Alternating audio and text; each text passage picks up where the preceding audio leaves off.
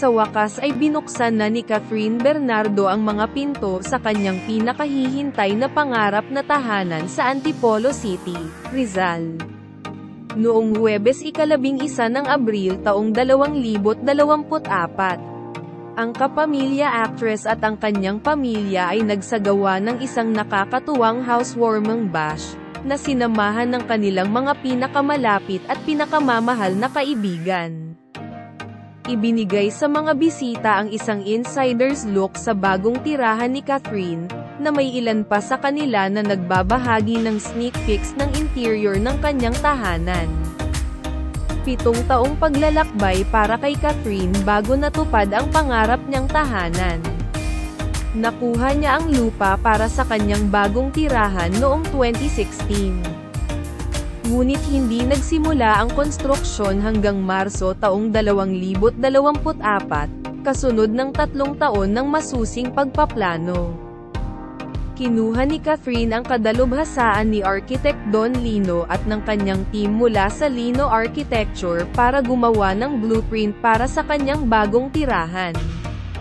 Ayon sa mga update sa social media, ipinagmamalaki ng tirahan ni Catherine ang isang modernong kontemporaryong disenyo na pinatingkad ng mga makalupang kulay, na sumasalamin sa natatanging aesthetic ng architectural firm. Si Catherine ay talagang lumipat sa kanyang bagong tahanan noong Disyembre taong 2023. Sa isang update sa Instagram story, ibinahagi niya ang isang sulyap sa kanyang sarili sa pag-aayos ng kanyang aparador sa tulong nina Alora Sasem, Isa Reyes, at ng kanyang koponan sa Neat Obsessions. Narito ang isang mabilisang paglilibot sa bagong tahanan ni Catherine Bernardo na makikita sa mga update sa social media ng kanyang mga bisita sa housewarming party. Sa pagtapak sa bagong real estate ni Catherine, ang mga bisita ay sasalubong sa isang maluwag na driveway na pinalamutian ng maraming halaman, na lumilikha ng isang nakakapreskong at nakakaengganyang ambience. Sa loob ng tahanan ni Catherine ay matatagpuan ang isang kayamanan ng mga nakamamanghang likhang sining, na ginagawa itong isang maliit na museo. Inatasan ni Catherine ang kontemporaryong visual artist na si Jenggoy Buensuceso na gumawa ng mga kahanga-hangang eskultura para sa kanyang tahanan. Kabilang ang isang kitang-kitang nakadisplay sa entrance door. Ang isa pang mapang-akit na pag-install ng sining ni Jenggoy ay nagpapaganda sa isang puting pader sa loob ng tahanan ni Catherine, na nakakabighani sa mga manunood sa nakakabighaning interplay ng mga ilaw nito at lalong nagpapataas ng aesthetic allure ng kanyang tirahan. Si Isa Reyes ng Neat Obsessions, na tumulong kay Catherine sa kanyang paglipat, ay nagpost ng larawan ng art installation sa kanyang Instagram, na kinunan ang sandali kasama si Jenggoy sa pagdiriwang ng housewarming ni Catherine. Samantala, nagpahayag naman ng pasasalamat si Jenggoy kay Catherine sa Instagram stories dahil ipinagkatiwala sa kanya ang paggawa ng mga art piece para sa kanyang tahanan. He shared Catherine's photo with his creation as her backdrop, captioning it, "To a new beginning.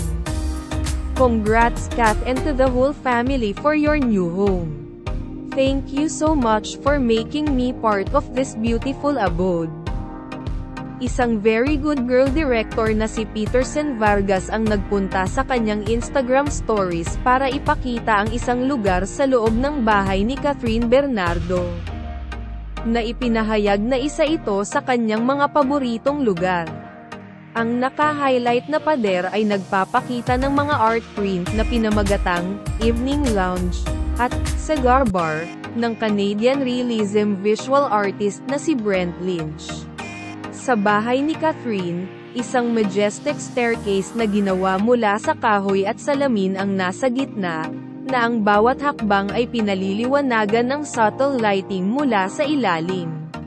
Katabi ng grand staircase ay may elevator, na nag-aalok ng maginhawang access sa lahat ng 3 palapag ng bahay.